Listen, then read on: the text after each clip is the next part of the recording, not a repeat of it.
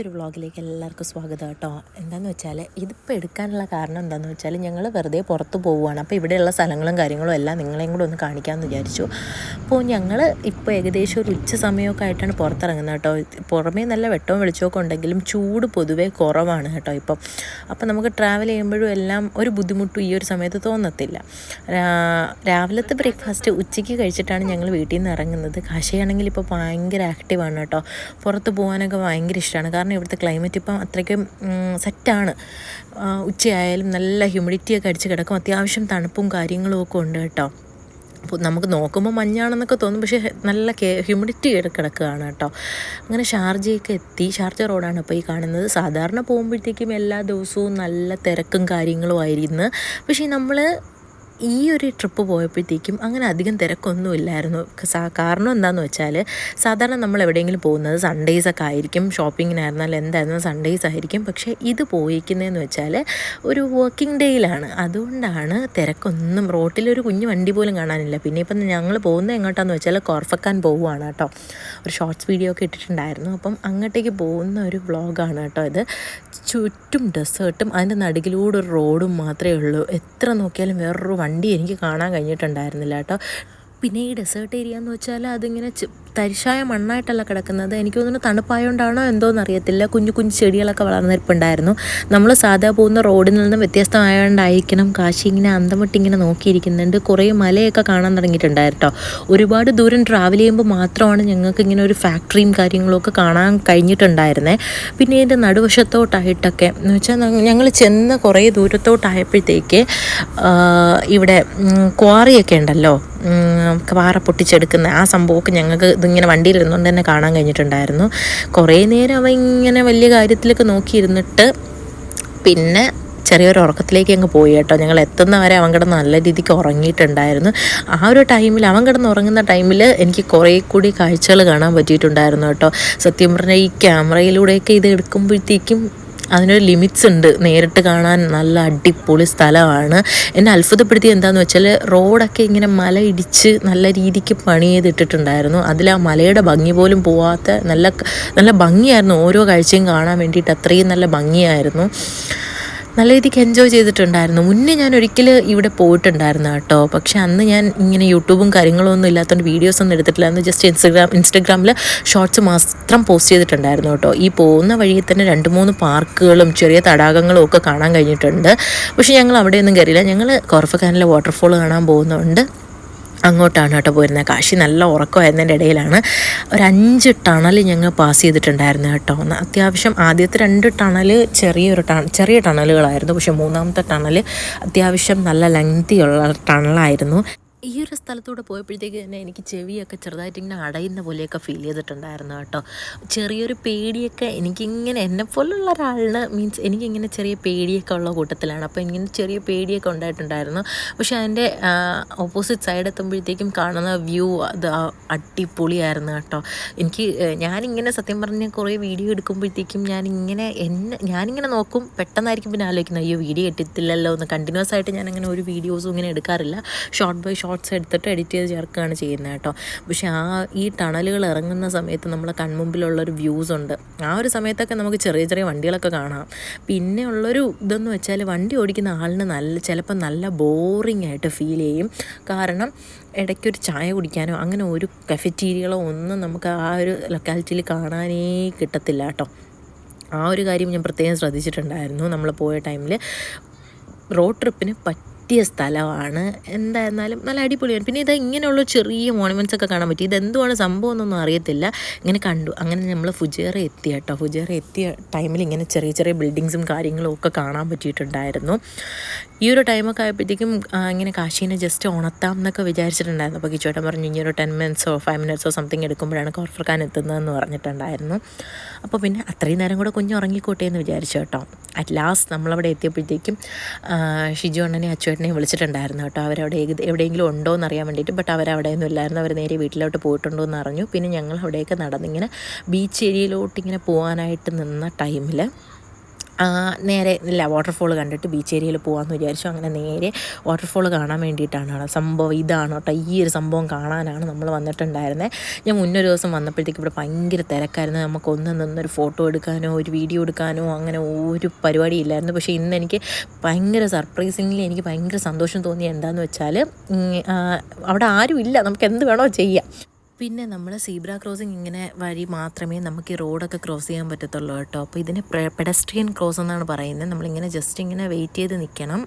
അത് സ്വിച്ചിൽ ഇങ്ങനെ വെച്ചിട്ട് അപ്പോൾ നമുക്കിങ്ങനെ ഗ്രീൻ സിഗ്നലിൽ ഗോ കാണിക്കുമ്പോഴത്തേക്കും നമ്മളങ്ങ് പോകണം കേട്ടോ. അങ്ങനെയാണ് ഇവിടെ റോഡൊക്കെ ക്രോസ് ചെയ്യുന്നത്. അല്ലാത്ത പക്ഷം ഫൈനൊക്കെ വരും. അങ്ങനെ അത് ക്രോസ് ചെയ്ത് ഇങ്ങനെ നേരെ വരുന്നത് കാണുന്ന ഈ ഒരു വാട്ടർഫോളിൻ്റെ സ്ഥലമാണ് കേട്ടോ. ഞാനിങ്ങനെ വിറയ്ക്കുന്നുണ്ടല്ലേ ഇതൊക്കെ പറയുമ്പോൾ. സംഭവം എന്താണെന്ന് വെച്ചാൽ ഞാൻ പുറത്തിരുന്നാണ് വോയിസ് ഓവർ ചെയ്യുന്നത്. നല്ല തണുപ്പാണ് കേട്ടോ. അകത്ത് കുഞ്ഞിൻ്റെ ശബ്ദമൊന്നും വോയിസ് ഓവറിൽ വരണ്ടെന്ന് വിചാരിച്ച് പുറത്തിരുന്നിട്ട് ചെയ്യുന്നതിൽ ചെറിയൊരു ബുദ്ധിമുട്ട് ഇപ്പോൾ എനിക്ക് ഫീൽ ചെയ്യുന്നു കേട്ടോ. നല്ല തണുവാണ് ഇവിടെ ഇപ്പം, അതിൻ്റെ ഒരു ഇതുണ്ട്. പിന്നെ ആ ഒരു ടൈമിൽ നമ്മളിങ്ങനെ ആരും ഇല്ലാത്തതുകൊണ്ട് നടന്ന് കുറേ ഫോട്ടോസും വീഡിയോസും കാശിയുടെ നല്ല നല്ല കുറേ മൊമെൻറ്റ്സും ഒക്കെ ക്യാപ്ചർ ചെയ്തിട്ടുണ്ട് കേട്ടോ. സംഭവം ഇത് ആർട്ടിഫിഷ്യൽ വാട്ടർഫോളാണ്, എന്നാലും നമുക്കങ്ങനെ ഫീൽ ചെയ്യത്തേ ഇല്ല കേട്ടോ. ഇതിൻ്റെ സമയത്ത് ആ ചുറ്റുപാടുമുള്ള സൗണ്ടൊന്നും ഞാൻ വീഡിയോയിൽ ഇടാത്തതെന്ന് വെച്ചാൽ നല്ല ശബ്ദമാണ്. നമുക്ക് അങ്ങോട്ടും ഇങ്ങോട്ടും പറയുന്നത് പോലും കേൾക്കാൻ പറ്റത്തില്ല. ഉറച്ച് വേണം, നല്ല ഒച്ചത്തിൽ വേണം പറയാൻ. പിന്നെ കാശി ഈ സമയത്ത് ഇങ്ങനെ പറയുന്നുണ്ട് കേട്ടോ, വെള്ളത്തിൽ ഇങ്ങനെ മീനുണ്ട്, അവൻ ആ മീനിനെ പിടിക്കാൻ പോകണമെന്നൊക്കെ പറഞ്ഞിട്ട് അവൻ നമ്മളെ അടുത്ത് കുറേ നേരം ഇങ്ങനെ പറയുന്നുണ്ടായിരുന്നു. നമ്മളിങ്ങനെ സമാധാനിപ്പിച്ച് നിർത്തുന്നുണ്ട്. കാരണം അവിടെ എഡ്ജ് ഇങ്ങനെ ക്രോസ് ചെയ്ത് വെച്ചിരിക്കുവാണ്. മുന്നൊക്കെ വന്നപ്പോഴത്തേക്കും നമുക്ക് അതിനകത്തോട്ട് കയറാൻ പറ്റിയിട്ടുണ്ടായിരുന്നു. ബട്ട് ഇന്നെന്തോ അങ്ങനെ അവിടെ എന്തോ ക്രോസ് ചെയ്ത് വെച്ചിരിക്കുമായിരുന്നു കേട്ടോ. അതുകൊണ്ട് കയറാനൊന്നും പറ്റിയില്ല. മുന്നേ ഞാൻ വന്ന ടൈമിൽ ഇവിടെ ഇങ്ങനെ സെക്യൂരിറ്റി ഗാർഡ്സൊക്കെ ഉണ്ടായിരുന്നു, ലോക്കൽ ഒരുപാട് ആൾക്കാരുണ്ടായിരുന്നു. ആ ഒരു സമയമൊക്കെ ആയിരുന്നെങ്കിൽ നമുക്കൊരിക്കലും അതിനകത്ത് ഇങ്ങനെ ഒന്ന് വീഡിയോ ഒന്നും എടുക്കാൻ പറ്റത്തില്ലായിരുന്നു കേട്ടോ. പിന്നെ ഈ ചെറുക്കനാണെങ്കിൽ നമ്മളിങ്ങനെ പറ്റിച്ചിട്ട് അവൻ അതിനെ സൈഡിൽ കൂടെ അങ്ങ് അകത്ത് കയറാൻ നോക്കുമായിരുന്നു. അവൻ ആ മീനിനെ കാണാൻ വേണ്ടിയിട്ട്. വെള്ളത്തിനകത്ത് മീനുണ്ട് എന്നുള്ളൊരു കൺസെപ്റ്റാണ്. കുളിക്കാൻ പോകുമ്പോഴത്തേക്കുള്ള ബക്കറ്റിൽ വെള്ളം വെച്ചിരുന്നാൽ പോലും അതിനകത്ത് മീനുണ്ടെന്നാണ് പുള്ളിക്കാരൻ്റെ ഒരു വിശ്വാസം.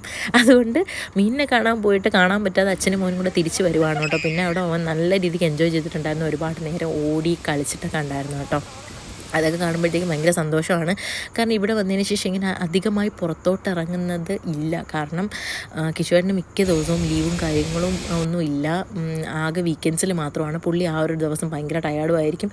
പിന്നെ നമ്മൾ അത്യാവശ്യം പുറത്ത് പോകുന്ന സാധനം മേടിക്കാൻ മാത്രമാണ് കേട്ടോ. അപ്പോൾ ഇങ്ങനെയൊക്കെ ഒരു അവസരം വീണ് കിട്ടുന്നത് ഭയങ്കരമായിട്ട് റെയറാണ്. അങ്ങനെ പിന്നെ നമ്മൾ ഇതിൻ്റെ പിറകിലോട്ട് എന്തോ ഒരു സ്ഥലമുണ്ട് കേട്ടോ. ഇതിന് ആക്ച്വലി എനിക്ക് എന്തുവാണെന്ന് അറിയത്തില്ല, സ്റ്റേഡിയം ആണോ എന്തോ, എനിക്ക് കണ്ടിട്ട് അങ്ങനെയൊക്കെയാണ് തോന്നിയത്. സംഭവം അതും ക്ലോസ്ഡ് ആയിരുന്നു, അതിനകത്തോടൊന്നും കയറാൻ പറ്റത്തില്ലായിരുന്നു. സ്റ്റേഡിയം കണക്ക് എന്തൊക്കെയോ സംഭവം സെറ്റപ്പ് അതിനകത്തുണ്ടായിരുന്നു. ഇവിടെയൊക്കെ നല്ല വെയിലായിരുന്നു കേട്ടോ. ഒരുപാട് ചൂടും നമ്മളങ്ങനെ വിയർക്കത്തൊന്നും ഇല്ലെങ്കിൽ നല്ല രീതിക്ക് വെയിലുണ്ടായിരുന്നു. കണ്ണിങ്ങനെ സത്യം പറഞ്ഞാൽ ഈ മലയുടെ ഒരു ഇത് ഹൈഡിങ് പറഞ്ഞുകൊണ്ട് അതിലൊരു മറവുണ്ട് നമുക്ക്. എന്നാലും സൂര്യൻ്റെ വെളിച്ചം നല്ല രീതിക്ക് നമ്മളെ ഇങ്ങനെ കണ്ണിലിങ്ങനെ അടിച്ച് കയറും കേട്ടോ. ഒരുമാതിരി ഇരുട്ട് കയറുന്ന കണക്കൊക്കെ ആവും. എന്നാലും കുഴപ്പമില്ല, അവിടെയൊക്കെ പോയി ഒന്ന് കാണാൻ പറ്റി എന്നൊക്കെ ഉള്ളൊരു മൈൻഡ്സിനകത്ത് ഇങ്ങനെ ഉണ്ടായിരുന്നു കേട്ടോ. പിന്നെ ഞാനിപ്പം വർത്തമാനം പറയുന്നത് നല്ല കൂടുതലാണല്ലേ. ഇവിടെ വന്നതിന് ശേഷം സത്യം പറഞ്ഞാൽ ഇപ്പോൾ വീഡിയോയിലാണെങ്കിലും നേരിട്ടാണെങ്കിലും ആരെങ്കിലും സംസാരിക്കാൻ കിട്ടാൻ ഞാൻ വെറുതെ ഇവിടത്തേ ഇല്ല. അത്രയ്ക്ക് നല്ല രീതിക്ക് വർത്തമാനം പറയും കേട്ടോ. എന്തുവാണെന്നറിയത്തില്ല, എനിക്ക് തോന്നുന്നു ഇവിടെ വന്നതിന് ശേഷം എല്ലാവരുടെയും വർത്തമാനം പറയുന്നതൊക്കെ കുറഞ്ഞിട്ടുണ്ട്. നാട്ടിൽ വിളിക്കുന്നതായിരുന്നാലും റെയറാണ്. അതിൻ്റെയൊക്കെ ഒരു കുഴപ്പമാണെന്നാണ് എനിക്ക് തോന്നുന്നത്. പിന്നെ കാശി ആയിരുന്നാലും സംസാരിക്കാറായി വരുന്നതല്ലേ ഉള്ളൂ. ഇപ്പം 1-2 വാക്കുകൾ ഇങ്ങനെ ചേർത്ത് പറയുന്നേ ഉള്ളൂ. അതിൻ്റെയൊക്കെ കൂടെ ആയിരിക്കും. അവനത്തി ഒക്കെ ആകുമ്പോഴത്തേക്ക് റെഡി ആവുമെന്ന് തോന്നുന്നു. ഇല്ലെങ്കിൽ ഞാൻ നാട്ടിൽ പോകുമ്പോൾ റെഡി ആവുമായിരിക്കും. പിന്നെ ഇവിടെ നമ്മൾ സ്പെൻഡ് ചെയ്യുന്നൊരു ടൈമൊക്കെ കഴിയാറായി കേട്ടോ. ഇനി അവിടെ പ്രത്യേകിച്ചൊന്നും കാണാനില്ല. ഞങ്ങൾ നേരെ എന്തായിരുന്നാലും ബീച്ച് ഏരിയയിലോട്ട് പോവുകയാണ്. ബീച്ചിൽ ഇനി കുറച്ചൊക്കെ കളിക്കണമെന്ന് വിചാരിച്ചാണ് പോയിട്ടുണ്ടായിരുന്നത് കേട്ടോ.